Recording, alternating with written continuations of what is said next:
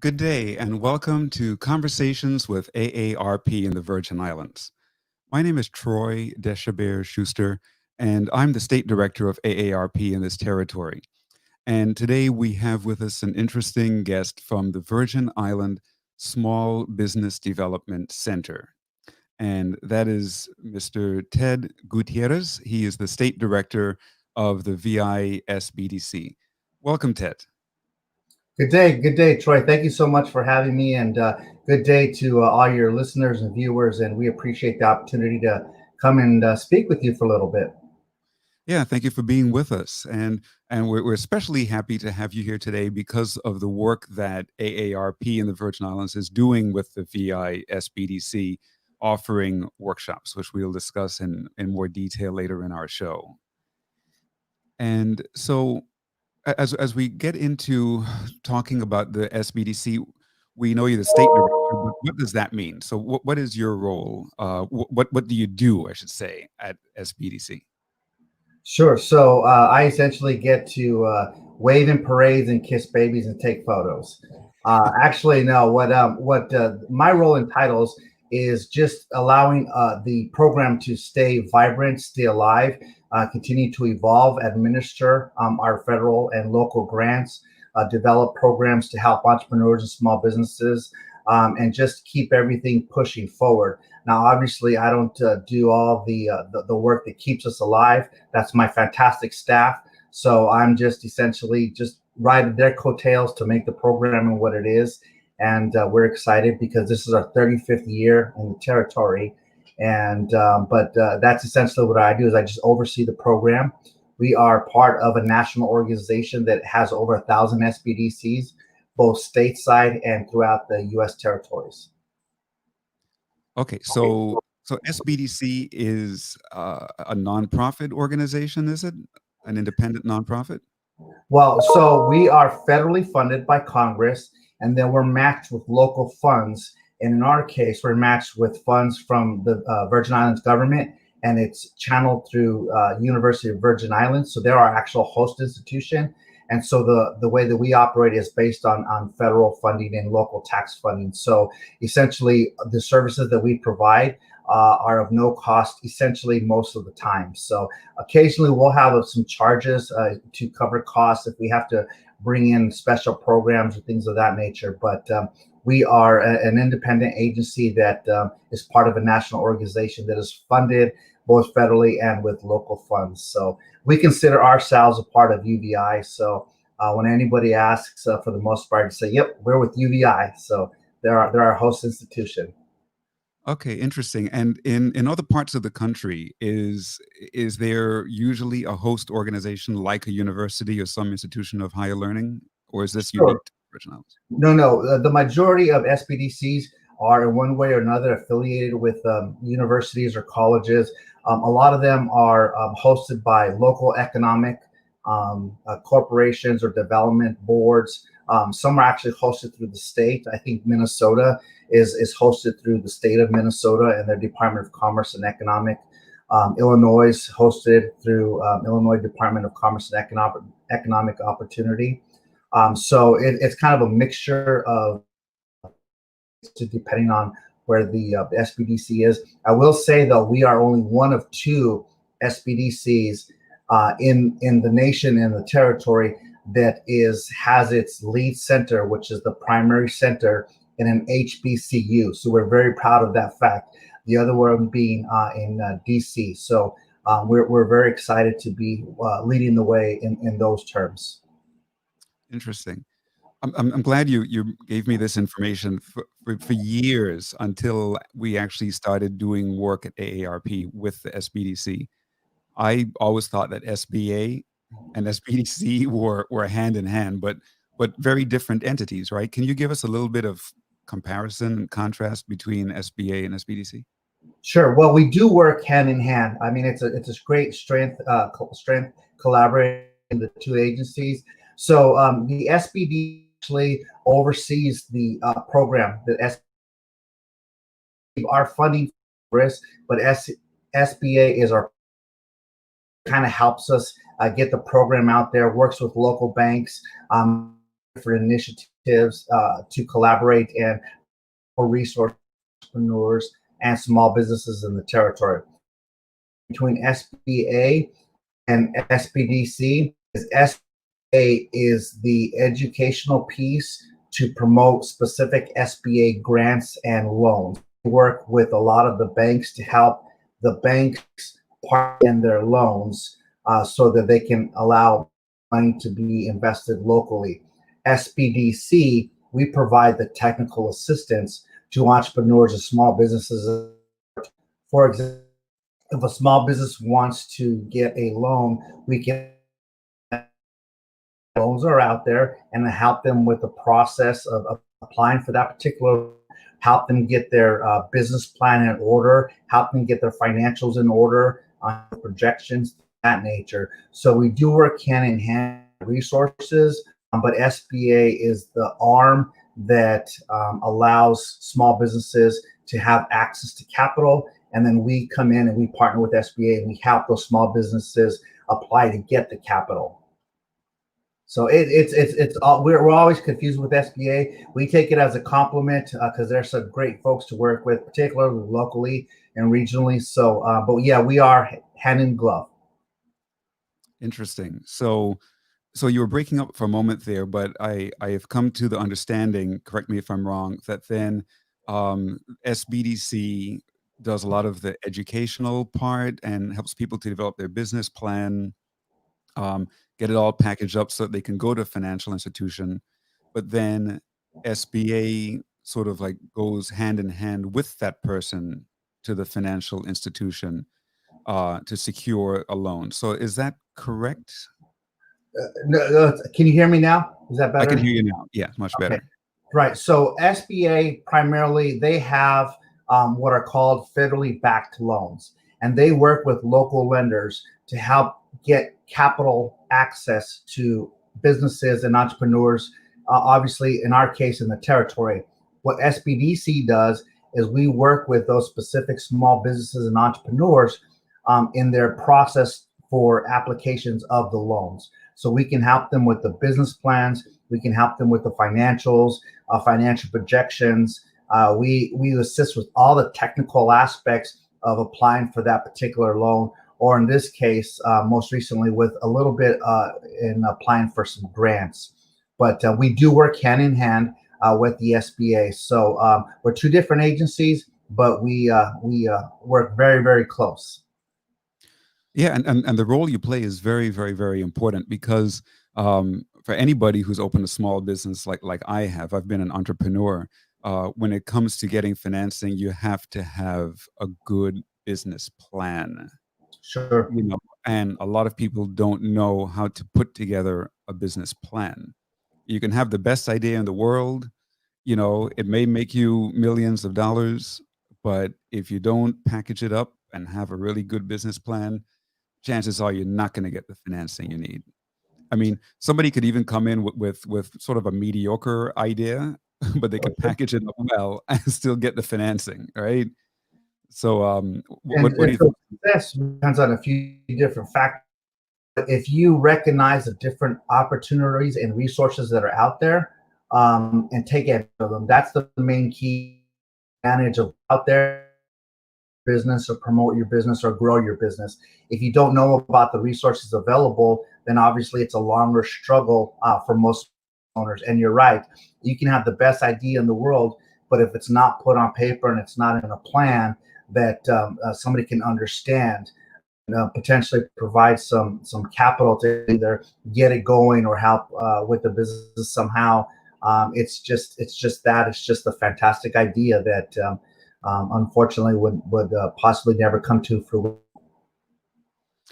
Yep, yep, exactly. So you at SBDC, you and your team can provide lots of information then for people who are thinking about opening a business, thinking of becoming an entrepreneur. You can provide them with all kinds of resources and training, the education, and even the hands-on assistance to develop their business plan. So that's really phenomenal. Yep. Yeah, we're excited. I mean, and we're there to help as little as a business owner or entrepreneur wants us to be. Our goal is to be there lifetime of the business, whether it's from idea origination all the way out through exit strategy and everything in between.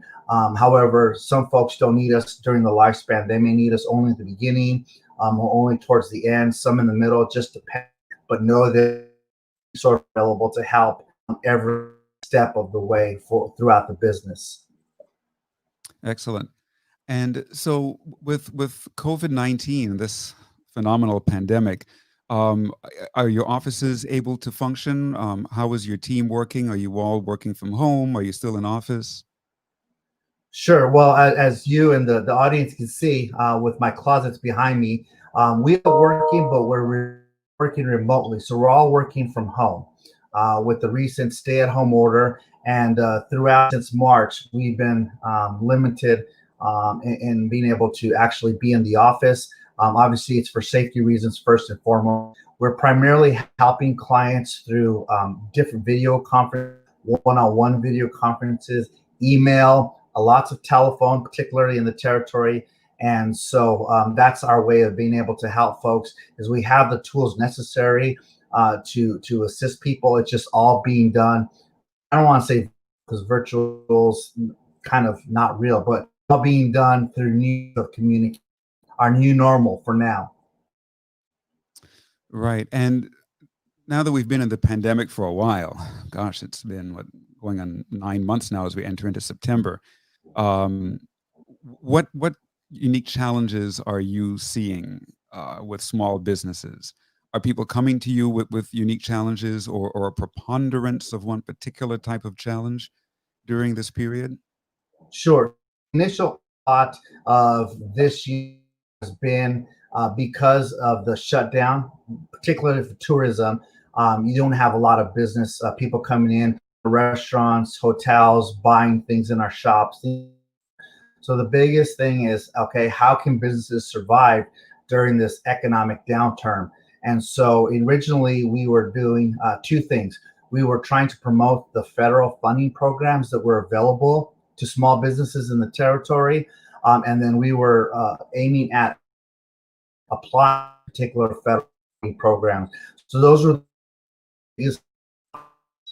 is letting them know, getting out to small business owners from a taxi driver, a safari driver, to a hairdresser who owns their own salon, to a solar company that has 50 employees, and everywhere in between. Our goal was to get the word out to businesses in the territory and let them know that there are federal funding programs available, and then assist them throughout the process, not only for obtaining those fundings, but also what are you going to do now that you receive the funding, making sure that you use it in the correct way, that it's designed so that when it comes tax time in a year or two, that you're not you're making sure to follow all the guidelines for those funds. Right. And at this very uncertain time in our history, what are the lending institutions doing? How are they interfacing with businesses that are trying to start up that may need capital, may need financing? Are lending institutions giving money now, or has it all come to a halt? Well, okay, so there's two things there. I will say this when it comes to starting a business, essentially, there are very few and far between lending institutions that will be processing or actually giving out loans to start businesses. Most financial institutions, whether it's in the territory or stateside, they're looking for folks who have some startup capital, what they call skin in the game. They want to see a certain amount of risk and money that the person or people who are opening the businesses have money to put into the project or the business in and of itself. And that's down here in the territory. You don't see a lot of land to businesses. Just banks really play a role. Particular banks here in the territory, they were doing a being able to provide the protection program loan that were available in the they really stepped up. I believe there was local banks and the local EDA, Economic Development Authority, was even able to step in and provide some loans to the territory. Overall amount of total, whether it's the Paycheck Protection Program or the Economic Injury loans or the Injury Disaster loans, there's been over 3,000 loans in the territory for over $200 million since March. So we're really excited about that. The chunk of that is because of the local banks stepping up and able to help get paycheck protection loans out to businesses. You were breaking up for a second there, so help me to understand these 200 and some $1 million worth of loans that are being awarded. Are they mostly for startup businesses or capital improvements on existing businesses? What Okay, is the breakdown there approximately? sure. So the federal for COVID-19, they're primarily for businesses that had been up until this 2020. Fall under the injury disaster loan programs for existing businesses. The Okay. Paycheck Protection Program was designed to allow employers to receive money to keep their employees engaged in work at a particular time. The EID economic was a loan that was going to help for other things, non-paycheck. Like, for example, if you have to, obviously you'll continue to pay the lease, pay the insurance, maybe do some different things to get the businesses a little bit more fortified once COVID is hopefully over soon. So it's just been kind of a mixture, but the loans are originally designed to help businesses that have already business prior to the start of 2020. So no, there businesses are people who are looking to start a business. Not what these loans were designed for. And like I mentioned, I don't know if you're able to hear, essentially, there is a very limited amount of money available for people who want to start a business. Banks are real hesitant, both locally in the territory, but also stateside. They typically don't lend to people who are looking for money to start a business. They want people to have money to start the business, and then they can come in and provide some financial assistance once the business kind of gets started. So it's one of those things where if you have the money and you don't need it, you'll typically get it. But if you don't have the money and you need it, that's usually when you don't get it. So it's kind of a weird catch-22 on that. So. Well, that makes it very difficult for anybody to start a new business then. I mean, unless you have access to capital, right? Sure, So sure. if there's somebody who just has a phenomenal idea, they have a great intellect, they can put together a great business plan, they can do a certain degree of feasibility studies to show that the business will be successful, then what happens there? Is that where SBDC and SBA kick in? How does that work for somebody who has like zero capital to start up? Sure. So in that instance, what we do is we sit down with them and we kind of go through a process of, how much money have you invested in already? Do you have any type of assets up to this point that can serve as collateral for any type of loan?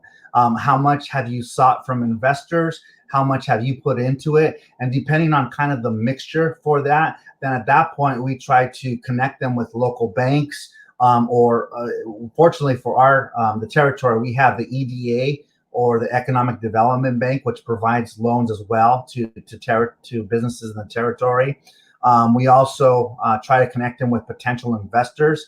From time to time, we'll get some investors that come through the territory that are looking to invest into the territory. So we try to make those connections as well. But essentially, one of the things that we do is we try to help them find that capital. But we typically tell them up front that if you don't have a lot of money going into it, it's very difficult to get money from a bank. You want to try to raise as much money as possible. Start off with your own money friends, family, investors, and then at that point, see if you can get the business launched, have a viable business plan, and then go ahead and approach the banks. But their main thing is they want to make sure that you have enough cash flow to pay them back. And should the business go bad, they have some sort of collateral that they can actually, fortunately, take if the business goes bad and be able to sell for assets. So it is difficult without any money to start a business, but it can be done. You just have to be very creative in terms of how bad that entrepreneur is out there looking for funding, or how bad or how creative they can be to get different funding for their businesses. Interesting. Now, we at AARP are always very concerned about economic development, and especially with regard to the 50 plus population. People are living longer these days. Mhm. A lot of people outliving their savings, outliving their financial resources, and they need more. And so we have seen that over the last decade or so, there's a rise in older people becoming entrepreneurs. Sure. And at AARP, we have several different programs. For instance, on the U.S. mainland, we have a program called "Turning Your Hobby into a Business." Mhm. So a lot of people have hobbies that can be great businesses. Various arts and craft things they do.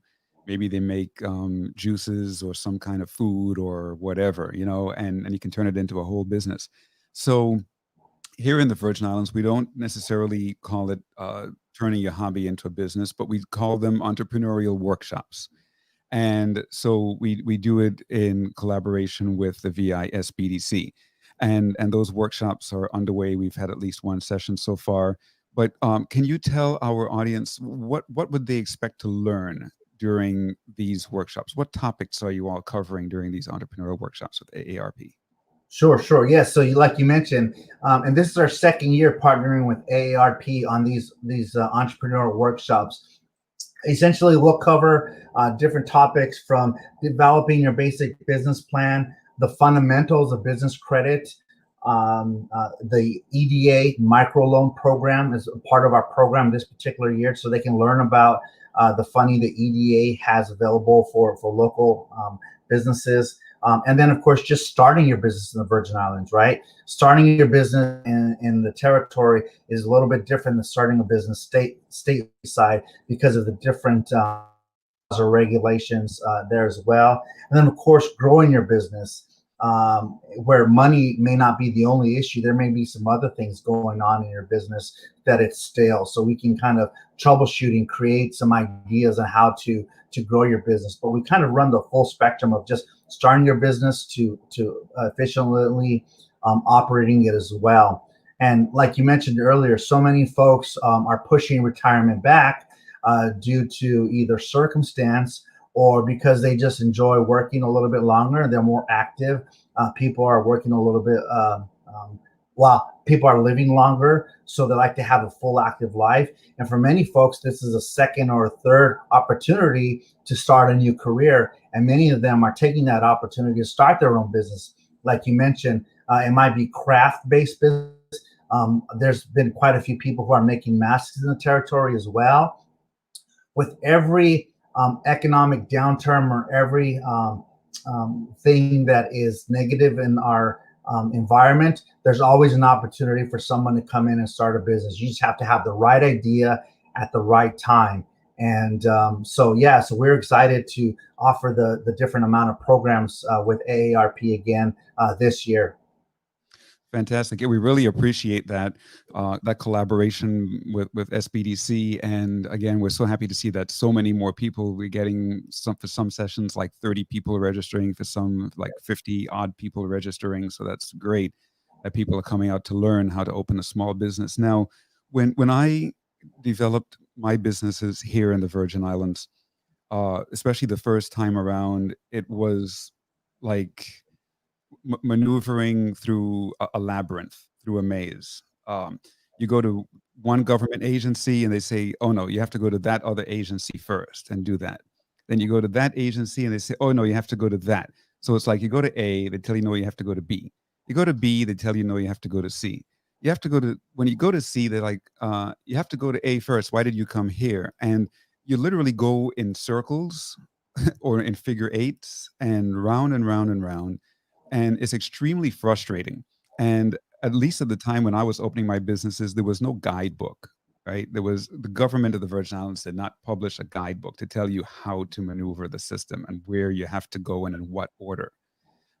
Is this something that SBDC can help with, whether it's during these workshops? I don't know if we have that amount of time, or if other people or prospective business owners were to come to you directly, can you all help them to maneuver the local system, as it were, to get to the point where they can actually open the doors, have an occupancy permit and so forth? Can you all provide that level of detail? In a short answer, yes, that's what we do.